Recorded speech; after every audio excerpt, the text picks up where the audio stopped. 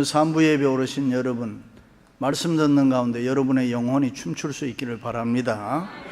의사 선생님들의 이야기를 들으면 정상적인 보통의 사람은 맥박이 1분에 60에서 80회, 혈압은 80에서 120이라고 합니다. 그래야 정상이라고 합니다. 올라가면 고혈압이고 내려가면 저혈압이고. 그런데 몸에 어떤 질병이 들어와서 이상이 생기면 맥박도 혈압도 정상을 벗어나 달라진다는 것입니다.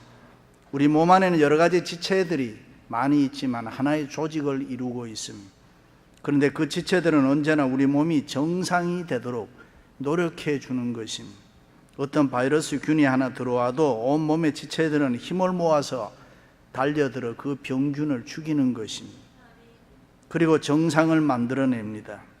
달리기나 심한 운동을 하면 숨이 가빠지고 혈압이 올라갑니다. 그러면 온몸의 지체들은 나름대로 각자 노력을 많이 해서 5분, 10분 후가 되면은 정상으로 돌아오게 합니다. 어떤 사람은 1년 내내 감기에 걸려서 골골 하는 사람들이 있습니다. 그런 분들은 몸 안에서 건강하게 정상으로 만드는 힘이 약해서 그렇습니다.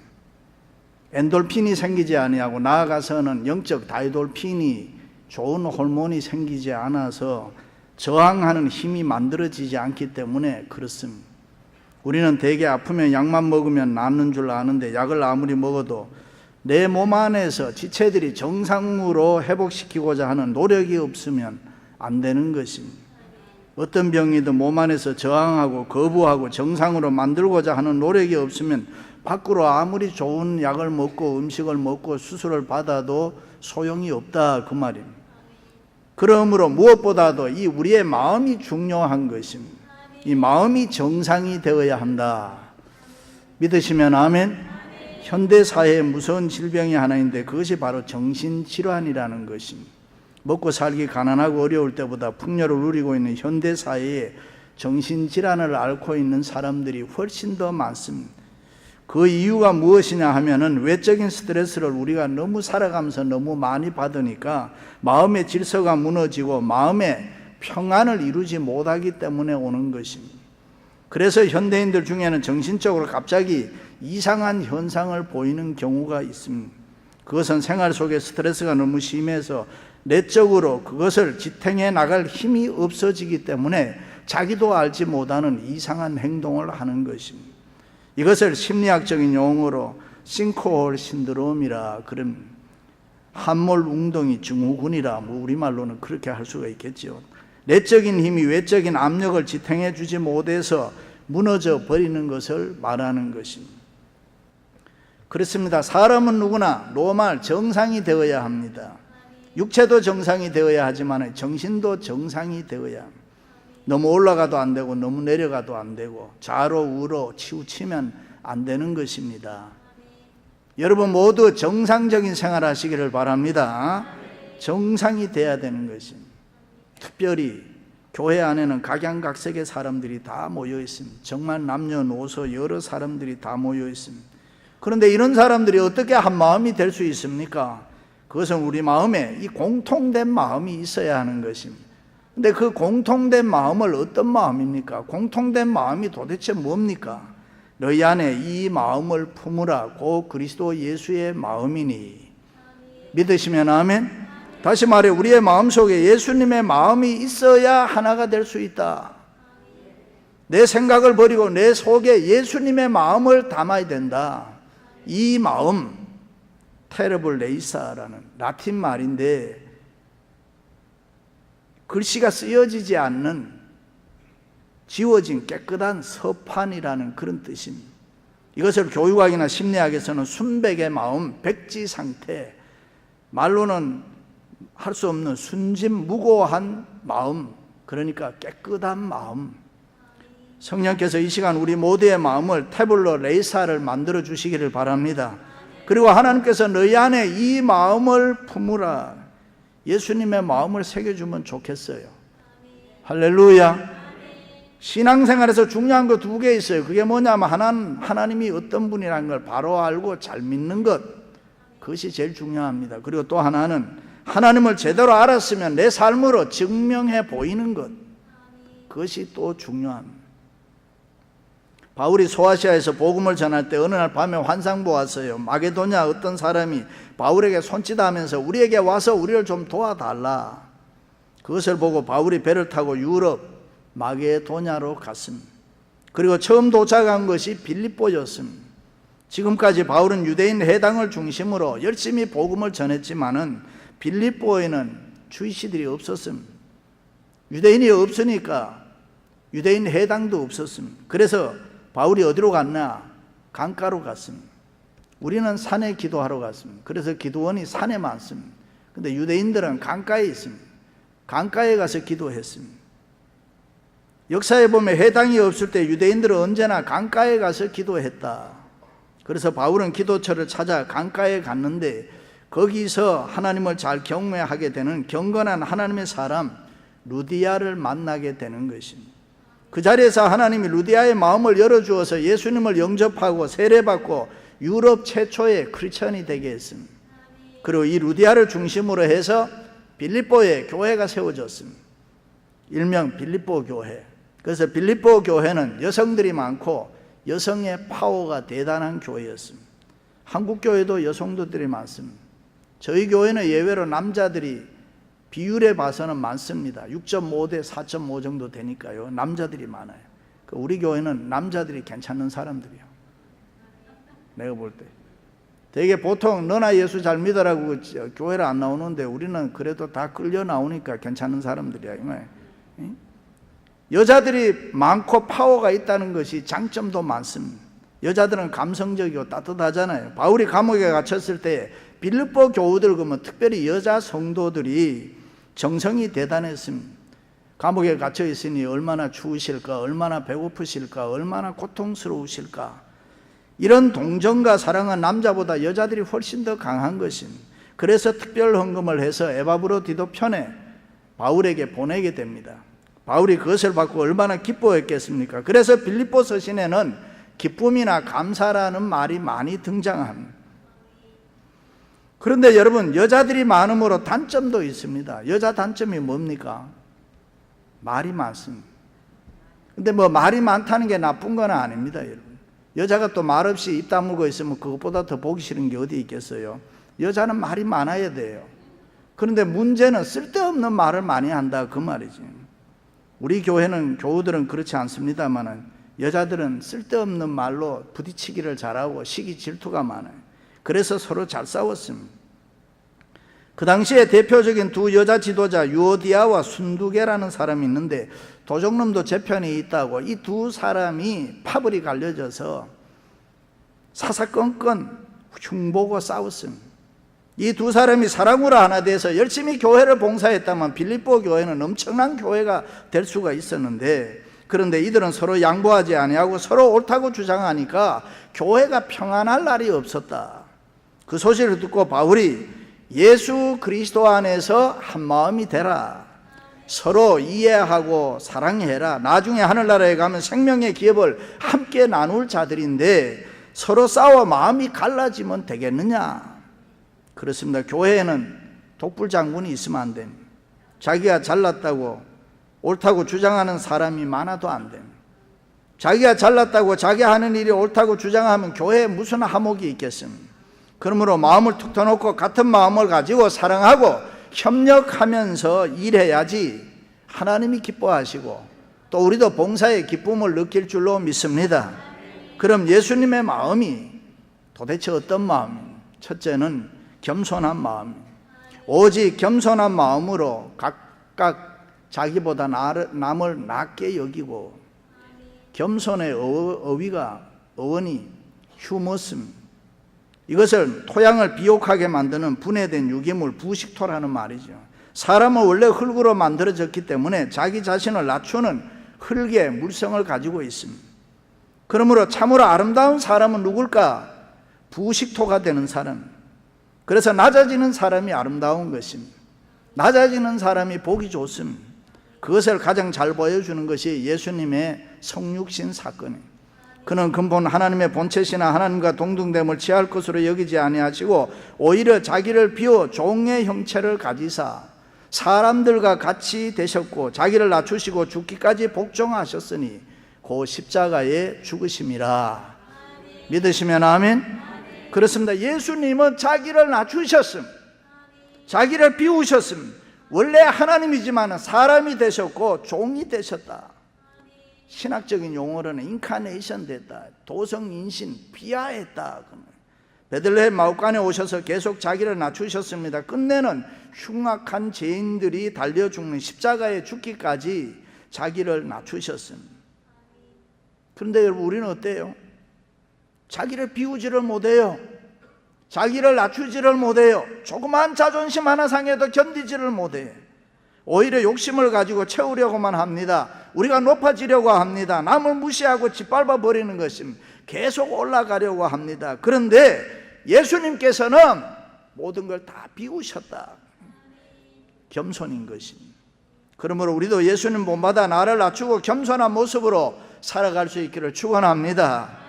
다른 사람 앞세우세요. 좀 내가 잘났다고 내세우면 안 되는 것입니다. 자기 혼자 자기 주장이 옳다고 너무 주장하지 마세요. 그냥 지면서 사시는 거예요. 손해보며 사는 거예요. 억울한 소리 들으면서 사세요. 그래야 하늘나라에 상이 있을 거 아닙니까? 자기를 낮추고 겸손해야 하나님이 우리를 때가 되면 높이 들어서 사용해 주실 줄로 믿습니다. 어떻게 겸손해질 수 있습니까? 얼마만큼 겸손해져야 됩니까? 성경은, 주님은 우리에게 죽기까지라고 했습니다. 아멘. 그런데 우리는 어떻습니까? 무엇 하나 해놓으면 그거 알아달라고 난립니다. 안 알아주면 섭섭해지는 것입니다. 낮아지기 싫어하는 것입니다. 섬기는 거 싫어해요. 십자가 지려고 하지를 않아요. 어떻게 하더라도 좀 비단길 걸어가려고 하는 게 오늘날 현대 그리스도인들 아닌가요? 그저 높아지려고 하니까 둘만 모이고 셋만 모여도 그러다니까 한 마음이 되지를 않는 거예요. 자꾸 자기를 튀게 하려고 드러내려고 하니까 내가 이것도 했다, 내가 저것도 했다, 그런데 나 좀 알아달라, 뭐 이렇게 하니까 그게 한 마음이 안 되더라. 그렇습니다. 우리 교회를 위해서 우리는 열심히 일하고 봉사하고 충성하지만은 언제나 주님만을 높일 수 있기를 바랍니다. 주님이 다 하셨습니다. 나는 그저 섬길 뿐입니다. 주님만 높이고 우리는 낮아지는 훈련해요. 서로 다른 사람을 낮게 여기고 다른 사람을 더 좋게 여기고 겸손한 마음으로 한결같이 살아갈 수 있기를 축원합니다. 할렐루야. 성경에 나타난 종은 두 종입니다. 하나는 억지로 된 종이 있습니다. 빚 때문에 팔렸거나 아니면 돈 때문에 팔린 종입니다. 그렇게 종이 되었다고 하더라도 7년이 되면, 사베스 이열이 되면은 그 종에게 자유를 주어서 놓아주었습니다. 소위 안식년이죠. 그런데 6년 동안 종이 되어 주인을 섬기고 나서 자유를 얻은 종이라고 하더라도 그 자유를 스스로 포기하는 종이 또 있습니다.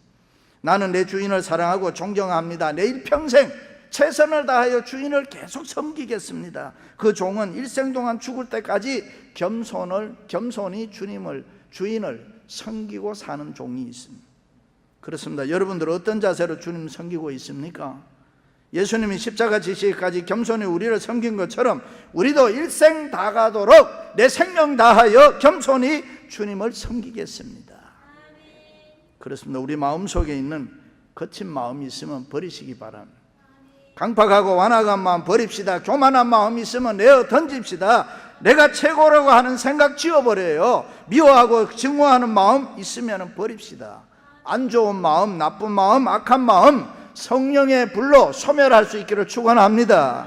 그 어떤 경우에도 하나님이 우리를 인정해 주셔야 우리는 된단 말이죠. 우리가 어떤 상황 가운데 있더라도 하나님이 알아주셔야 된다 이 말이죠. 하나님이 우리 높여주지 않는데 우리 올라갈 수 있습니까? 이새의 아들 다윗을 만나니 내 마음에 합한 자라. 요즘 성경에 내 마음에 맞는 자라. 내가 그를 높이 들어 왕으로 삼으리라. 할렐루야. 하나님이 다윗의 무엇 보고 마음에 합한 자, 마음에 맞는 자라고 했습니까? 겸손한 마음인 것입니다. 사랑하는 성도 여러분, 우리 모두 겸손해서 남을 나보다 낫게 여겨 한 마음이 될 수 있기를 주님의 이름으로 축원합니다.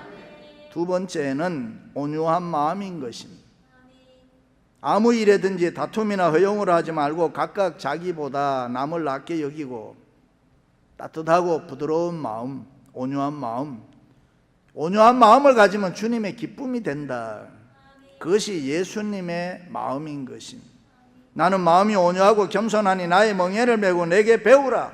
수고하고 무거운 짐진 자들아 다 내게로 오라. 내가 너희를 쉬게 하리라. 이런 주님의 마음이 온유인 것입니다. 그렇습니다. 우리의 마음이 따뜻하고 부드럽고 온유하면 너와 나 사이에 무슨 문제가 있겠습니까? 너와 나 사이에 문제가 있는 것은 거친 마음, 못된 마음, 독한 마음, 악한 마음, 나쁜 마음, 그런 것 때문에 아닌가요? 예수님 말씀처럼 속옷 달라는 사람에게 겉옷도 주고 오리 가자는 사람에게 심리 가면은 무슨 문제가 생기겠습니까? 이런 이야기를 들으면 어떤 분은 이렇게 얘기해요. 나는 못해. 나는 죽었다 깨도 못해. 내가 왜 그렇게 살아? 나는 내 마음대로 살아. 여러분 그렇게 생각합니까? 그것은 사단의 생각, 사단의 소리인 것입니다. 사단은 포기하게 하고 사단은 중단하게 하고 사단은 못하게 하고 그러나 성령은 할 수 있다. 해봐라. 이렇게 이야기합니다. 예수 그리스도 안에는 예와 아멘만 있나니 믿으시면 아멘. 우리는 얼마든지 할 수가 있습니다. 예수님처럼 부드럽고 온유해져야 우리 모두 한 마음이 될 수가 있잖아요. 누가 내 마음에 들고 누가 내 마음에 안 듭니까? 누구는 많이 보고 싶고 누구는 보기 싫습니까? 편을 가르는 마음, 편가름은 엄청난 죄인 것입니다. 한 번은 여리고성을 지나가실 때에 두 소경이 부르짖었습니다. 다윗의 자손 예수여 우리를 불쌍히 여기소서.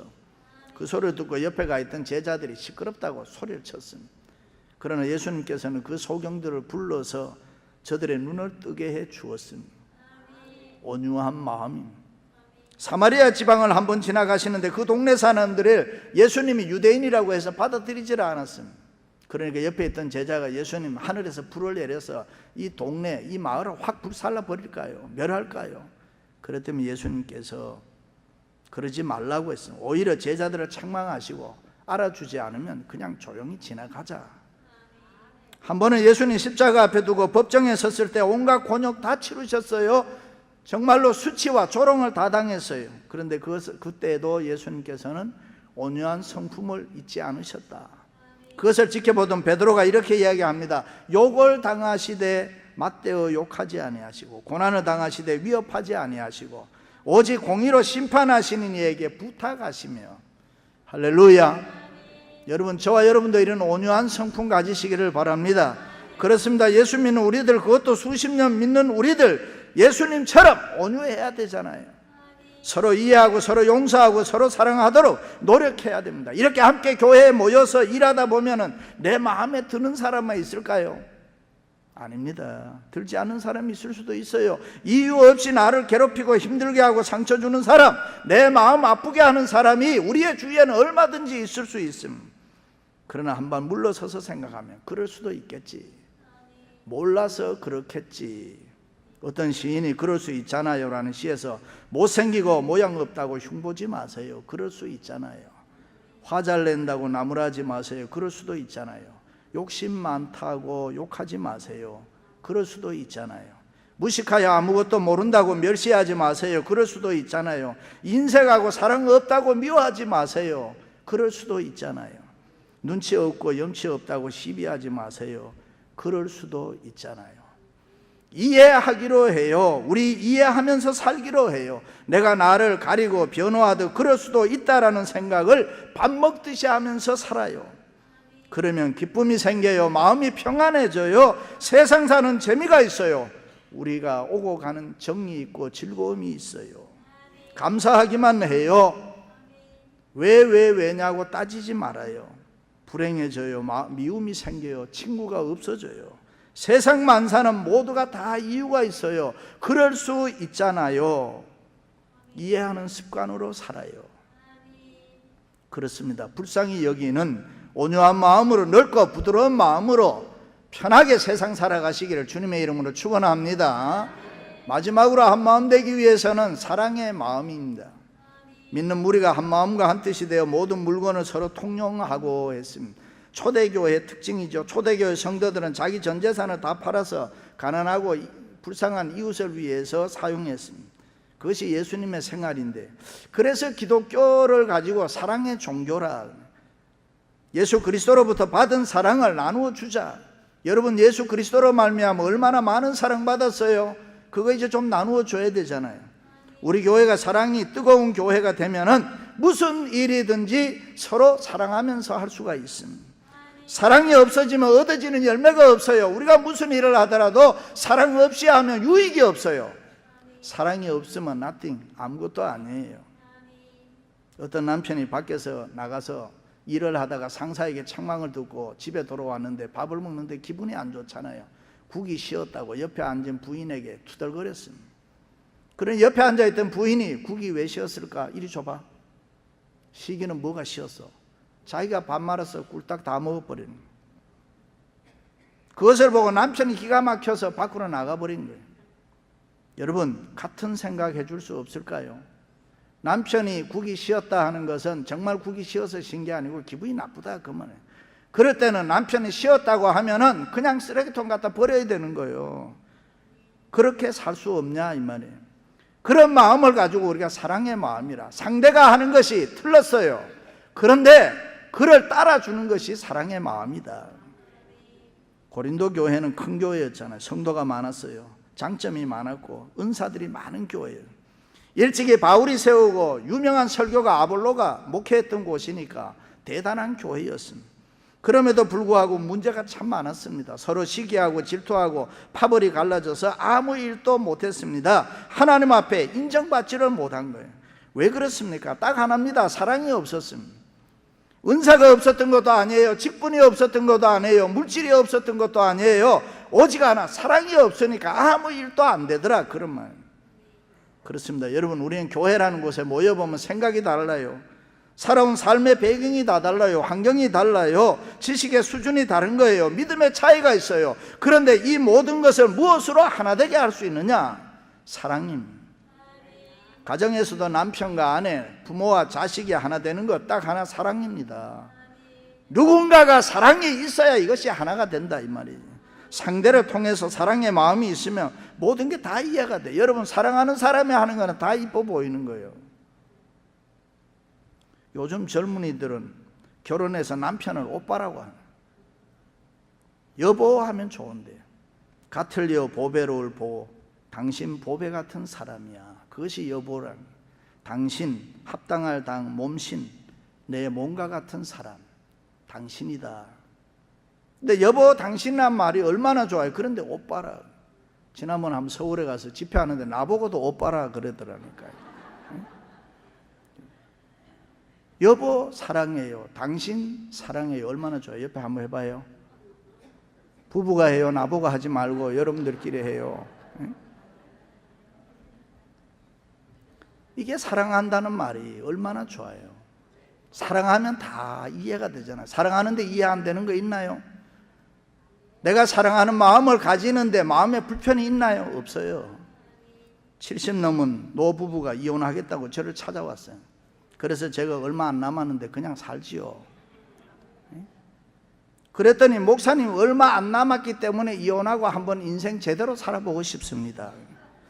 그럴 필요 있을까요? 금방 지나가는데요. 사랑하는 성도 여러분, 겸손히 섬기는 마음으로, 따뜻하고 부드러운 온유한 마음으로, 서로 이해하는 마음으로, 사랑의 마음에 대해서 행복한 신앙생활을 할 수 있기를 주님의 이름으로 축원합니다.